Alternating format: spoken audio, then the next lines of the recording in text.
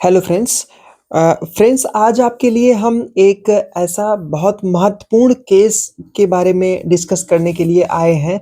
ये केस आप सभी ने बहुत बार सुना होगा और आपको बहुत दोस्तों सबने सुना ही होगा, सबको पता भी होगा। लेकिन इसको डिस्कस करना इसलिए भी ज़रूरी है क्योंकि ये ऐसा ऐतिहासिक केस है, इसके आधार पे भारतीय संविधान का जो इतिहास है वो इस पे मील का पत्थर हम कह सकते हैं साबित हुआ। मतलब एक प्रकार से इतना महत्वपूर्ण ये केस आज का दोस्तों है जो हम लेके आए हैं। ये है केशवानंद भारती बनाम केरल राज्य 1973। तो दोस्तों बहुत ध्यान से देखिएगा, बहुत बढ़िया है। ये हमेशा दोस्तों पूछा भी जाता है और हम सबको पता भी होना चाहिए कि क्या असल में हुआ क्या था। तो मामला क्या है? मामला है दोस्तों केरल सरकार द्वारा बनाए गए भूमि सुधार जो कानून था, जो 1963 का कानून था, अधिनियम था एक 1963 का, उसके द्वारा मठ की जो भूमि थी अथवा मठ की जो संपत्ति थी वो प्रभावित हो रही थी। मठ की जो भूमि थी वो केरल सरकार के द्वारा अधिग्रहण की जा रही थी। ठीक है। इसके इसके दोस्तों विरोध में जो स्वामी केशवानंद भारती जी हैं वो न्यायालय गए। ठीक है। तो इसमें याचिकाकर्ता कौन थे?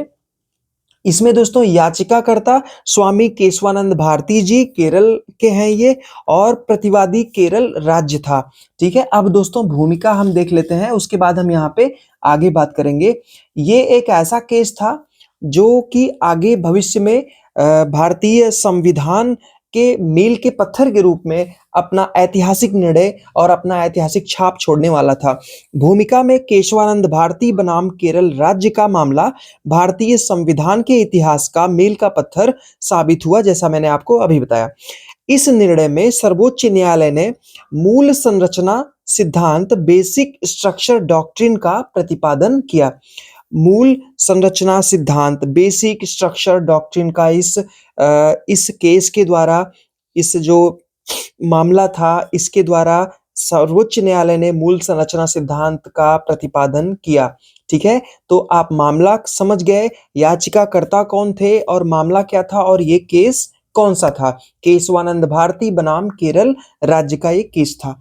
ठीक है। आगे दोस्तों हम देखते हैं अब। ठीक है, आगे देखिए।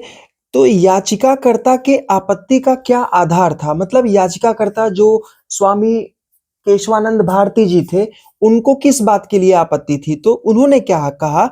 उन्होंने कहा कि याचिकाकर्ता ने कहा कि न्यायालय की पहले तो शरण ली तथा उन्होंने कहा कि इससे जो कि उनके जो संपत्ति का अधिग्रहण किया जा रहा है, इसे उन्होंने बताया कि संविधान के अनुच्छेद 14, 19 और 31 का उल्लंघन।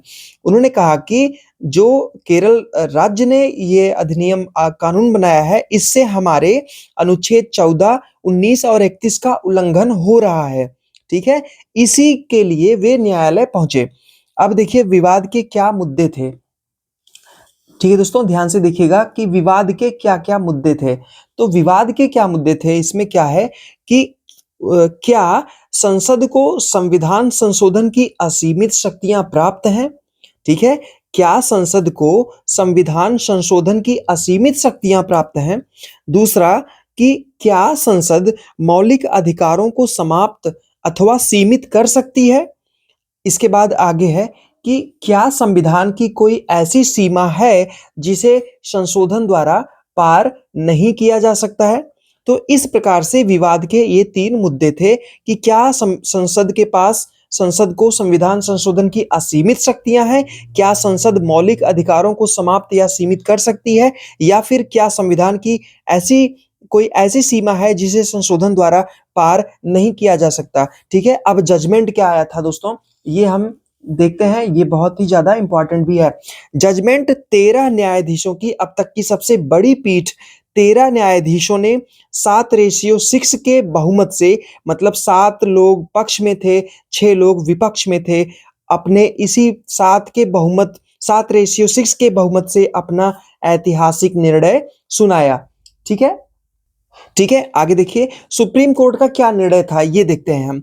तो संसद को संविधान संशोधन की शक्ति है जो उन्हें अनुच्छेद 368 से मिलती है। सुप्रीम कोर्ट ने कहा कि संसद को संविधान संशोधन की शक्ति है जो उन्हें अनुच्छेद 368 से मिलती है, परंतु संसद संविधान की मूल संरचना को नष्ट या परिवर्तित नहीं कर सकती है।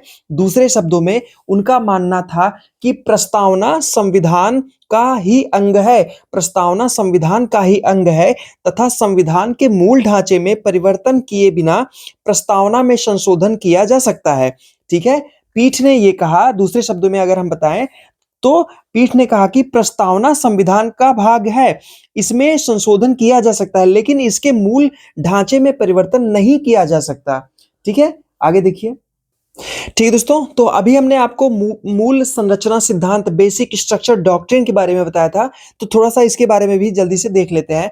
तो देखिएगा, न्यायालय ने कहा कि संविधान की कुछ विशेषताएं उसकी आत्मा है जिन्हें बदला नहीं जा सकता है। मूल संरचना के जो प्रमुख तत्व हैं दोस्तों, यहाँ पे कुछ इस प्रकार दिए गए हैं, कुछ यहाँ पे दिया गया है, इसको देखिए। तो संविधान की सर्वोच्चता, लोकतांत्रिक और गणतांत्रिक व्यवस्था, धर्म निरपेक्षता, कानून का शासन, न्यायपालिका की स्वतंत्रता, संघीय व्यवस्था, शक्तियों का पृथक्करण और मौलिक अधिकारों का सार। तो इस प्रकार से मूल संरचना का जो सिद्धांत सुप्रीम कोर्ट ने दिया, उसके अनुसार पे हमको ये बताया गया कि इस प्रकार से आप इन सब में बदलाव नहीं कर सकते हैं। ठीक है, आगे देखिए।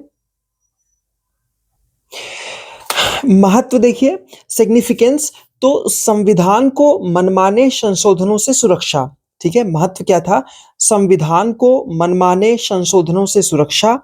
आगे है न्यायपालिका की भूमिका सशक्त हुई, न्यायपालिका की यहाँ पे भूमिका को हम सशक्त होते हुए देख सकते हैं। आगे है संसद और न्यायपालिका के बीच संतुलन स्थापित हुआ।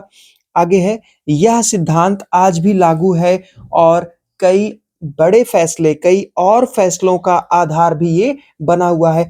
इसीलिए मैंने आपको बताया कि ये ऐतिहासिक फैसला था, ऐतिहासिक केस भी है, ऐतिहासिक निर्णय भी इसमें लिए गए हैं। अब दोस्तों हम निष्कर्ष यहाँ पे देख लेते हैं। निष्कर्ष के में हम क्या बोल सकते हैं? निष्कर्ष में आप बोल सकते हैं कि केशवानंद भारती मामला यह स्थापित करता है कि संसद शक्तिशाली है परंतु संविधान की मूल आत्मा से ऊपर नहीं है। केशवानंद भारती मामला यह स्थापित करता है कि संसद बेसिकली जो शक्ति तो है ही है, संसद के पास असीमित शक्तियां हैं परंतु वह संविधान की मूल आत्मा से ऊपर नहीं है। यह निर्णय भारतीय लोकतंत्र का संरक्षक स्तंभ भी माना जाता है, अर्थात संसद शक्तिशाली है परंतु सर्वशक्तिमान नहीं है। संविधान की आत्मा, बेसिक स्ट्रक्चर को कोई बदल नहीं सकता। संक्षेप में आप बोल सकते हैं कि अभी जैसे मैंने आपको बताया कि प्रस्तावना जो है संविधान का भाग है, इसमें कोई भी संशोधन की नहीं किया। दोस्तों इसमें संशोधन किया जा सकता है लेकिन इसके मूल ढांचे को परिवर्तित नहीं किया जा सकता। ठीक है, यही यहाँ पे बताया गया है कि केशवानंद भारती मामला जो ये स्थापित करता है कि संसद शक्तिशाली है परंतु संविधान की मूल आत्मा से ऊपर नहीं है। यह निर्णय भारतीय लोकतंत्र का संरक्षक स्तंभ भी माना जाता है, अर्थात संसद शक्तिशाली है परंतु सर्वशक्तिमान नहीं है। संविधान की आत्मा को कोई बदल नहीं सकता है। इस प्रकार से केशवानंद भारती का जो मामला था वो बहुत ही ज्यादा महत्वपूर्ण है, बहुत ही ज्यादा इंपॉर्टेंट है, हम सबके लिए इंपॉर्टेंट है और ये मील का पत्थर भी साबित होता है। ठीक है दोस्तों, आई होप आज का ये आपको छोटा सा इंफॉर्मेशन समझ में आया होगा, अच्छा लगा होगा।